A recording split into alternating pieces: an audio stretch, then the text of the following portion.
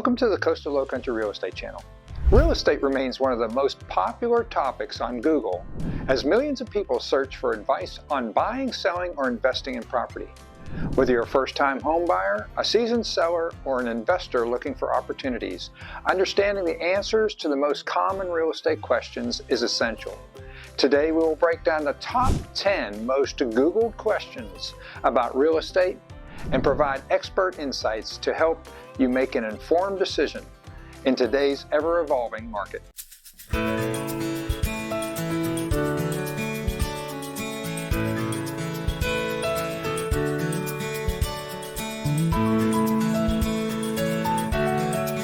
Welcome to the Georgia, South Carolina Lowcountry. We're Keith and Donna Hellman, hosts of the Coastal Lowcountry Real Estate channel and local realtors with Keller Williams. Do you want to know everything there is to know about the Lowcountry, whether it's Savannah, Georgia, Bluffton, Hilton Head, South Carolina, or the surrounding areas? Then subscribe below and tap the bell for notifications so you can be the first to know about our current market. We get calls, texts, emails every day from people just like you looking to make their move to the Savannah, Bluffton, Hilton Head areas, and we absolutely love serving y'all. So whether you're looking to move in the next week, the next month, or the next year, give us a call, shoot us a text, send us an email, or book a Zoom call, all in the description below, so that we can help you make the smooth transition to your coastal lowcountry living. Hey, let's get started. Real estate can be a little bit like a roller coaster, thrilling, occasionally stomach churning, and sometimes having unexpected twists and turns. But whether you're a first-time buyer wondering if you should finally stop renting, or a seller trying to decode closing costs without needing a degree in mortgageology, you'll have questions, and some of those questions pop up more than others. So in this video, we've compiled the top 10 most Googled questions about real estate. Some of these questions we've covered in detail in other videos, but regardless, let's buckle up as we dive into these burning questions and sprinkle some expert advice to help you navigate the ever-evolving real estate landscape like a pro. First question, should I buy or rent? Deciding whether to buy or rent is a perennial question that reflects both market conditions and personal lifestyle choices. In 2025, the debate continues as rising home prices and higher mortgage rates make renting an attractive option for some, while others see homeownership as a way to build long-term wealth. Let's look at some of the advantages in either scenario. Some of the buying pros to consider include equity building. Every mortgage payment you make increases your stake in your property. Then you have stability. Homeownership provides a sense of permanence and freedom to modify your space. Then there are tax advantages. Homeowners can often deduct mortgage interest and property taxes. Similarly, there are also advantages to renting. When renting, you should consider things like flexibility. Renting allows for mobility and less commitment. Then there's lower upfront costs. Renting usually requires less initial cash than buying. And then there's the no maintenance hassles. Landlords handle repairs and upkeep.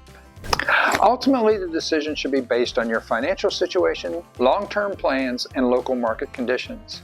If you plan to settle down and have the financial capacity, buying may be a more beneficial long-term investment.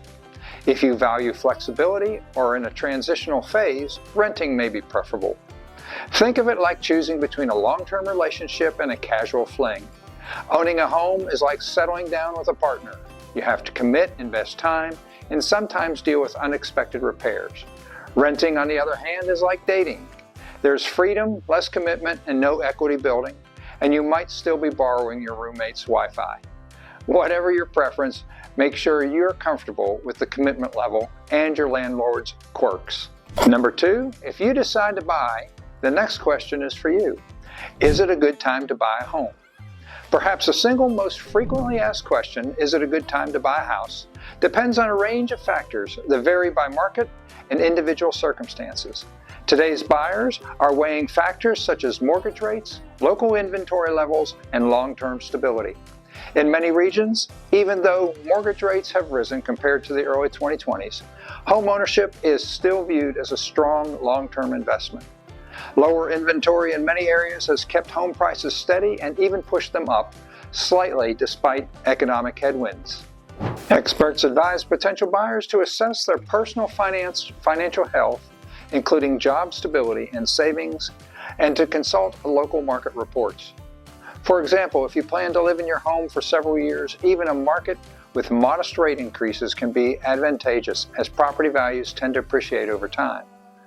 Another scenario, if you have a few blemishes on your credit report, you definitely want to know about that before you begin the process of buying your next home, so you have time to clean that up. Ultimately, this answer isn't a one-size-fits-all. It comes down to local conditions and your financial readiness. And the number 3 most Googled question, what are the current mortgage rates? Mortgage rates are a critical element in the home buying process. They determine your monthly payment, affect your borrowing power, and can even influence overall home prices. Think of the mortgage rates as the mood rings of the economy. Sometimes they're calm and blue, other times they're red hot and not in a good way. Just remember that while rates might feel unpredictable, you can always negotiate, compare, and secure one that doesn't make your monthly budget cry in the corner. As of 2025, rates on a 30-year fixed mortgage typically hover between 6.5% and 7%, while 15-year fixed rates are slightly lower. And we've actually seen rates on some new home construction at less than 5%. Rising rates have sparked concerns among home buyers, as higher rates can mean higher monthly mortgage payments and less affordable homes. However, these rates also reflect efforts by the Federal Reserve to stabilize inflation and support long-term economic health. For many buyers, shopping around for the best rate, considering different loan products such as an adjustable rate mortgage, and locking into a favorable rate at the right time are key strategies to mitigate these costs. We always recommend to our clients to get quotes from at least 2 mortgage companies. This can save you thousands in closing costs. Staying informed about current mortgage trends by consulting lenders and using online rate comparison tools is essential to ensure you secure a deal that aligns with your budget and financial goals. And question number 4, how much do I need for a down payment? The amount required for a down payment is a major concern for prospective buyers, especially first-timers. Traditionally, buyers have been advised to put down 20% of the purchase price to avoid private mortgage insurance or PMI. But many loan programs now offer flexibility. For conventional loans, down payments can range anywhere from 5 to 20%, while government-backed options can provide even lower thresholds. For example, FHA loans often require as little as 3.5% down. VA loans are eligible for veterans, may qualify for a zero down option. Then there's USDA loans, which often require no down payment for rural properties. And while making a larger down payment may lower monthly payments and eliminate PMI, a smaller down payment option might help you enter the market sooner. It's important to evaluate your finances, explore down payment assistance programs, and calculate how much you can realistically save without compromising your financial security. Imagine your down payment as kind of like the cover charge at a nightclub. You can pay a little more and skip the long line and the extra fees, or you can pay less and maybe wait your turn. Either way, make sure that you've saved enough so that your wallet doesn't end up doing the cha-cha with your monthly budget. And remember, saving for a down payment is a marathon, not a sprint. And number 5 on our list, how can I improve my home's value before selling? Homeowners looking to maximize the return on their investment often ask this question. Imagine your home is on a reality show makeover. One day it's drab, the next day it's fab. Even if you're not ready to channel your inner HGTV star, consider minor upgrades that say, yes, I care. A well-placed potted plant, a spotless kitchen, a front door that doesn't look like it's been through the zombie apocalypse can do wonders. Remember, you don't have to break the bank, just don't let your home look like it's been abandoned since the last century. Fortunately, strategic upgrades don't always require major renovations. Key improvements can include things like curb appeal, enhancing your home's exterior, such as repainting the front door, tidying landscaping, and power washing siding. These can make significant differences in the buyer's impressions. Then there's interior upgrades like small changes like fresh paint, updated fixtures, replacing worn carpet, and deep cleaning, which can boost appeal without breaking the bank. Then there's kitchen and bath renovations. While these projects can be costlier, even minor improvements such as new hardware, updated countertops often yield high returns. Or you can look at things that might help with the home's energy efficiency. For example, installing smart home technology, or energy efficient appliances, or solar panels that can attract modern buyers and potentially increase your home's marketability. But regardless, before investing in any of these improvements, consult with a local real estate agent who understands your market. They can advise on which upgrades will resonate the most with potential buyers and yield the highest return. Oh, and hey, before we move on, we'd just again like to say thank you for watching. And if you like our videos and find them helpful, we'd love for you to like, subscribe to our channel, and hit the bell to be notified when future videos drop. All right? Thanks again, and let's move on with our countdown. Well, number 6 on our list is what are closing costs and how much will I pay? Closing costs are one of the most commonly Googled topics in real estate because they add a surprising expense to your home purchase or sale. These costs cover various fees and services that finalize the transaction. Typical components of closing costs include things like loan origination fees, which are charged by the lender to process your mortgage, or appraisal fees to verify the property's value, or title insurance fees to protect against disputes over the property's title, inspection fees for costs of home and pest inspections. And then there's escrow fees and attorney's costs. These are fees for managing the funds and legal services. As a general rule, closing costs range between 2 and 5% of the home's purchase price. Buyers should budget accordingly and ask their lender to provide a detailed estimate early on in the process, generally at the very beginning. Imagine closing costs as a service charge at your favorite restaurant. You've already enjoyed the meal, you're home, but then you get hit with an extra charge for making everything awesome. It might sting a little bit, but it's all part of the process. And always remember, though, that you can actually ask if any of these fees are negotiable. As mentioned previously, we always recommend to our clients to get quotes from at least 2 mortgage companies. Not all mortgage products are created equal.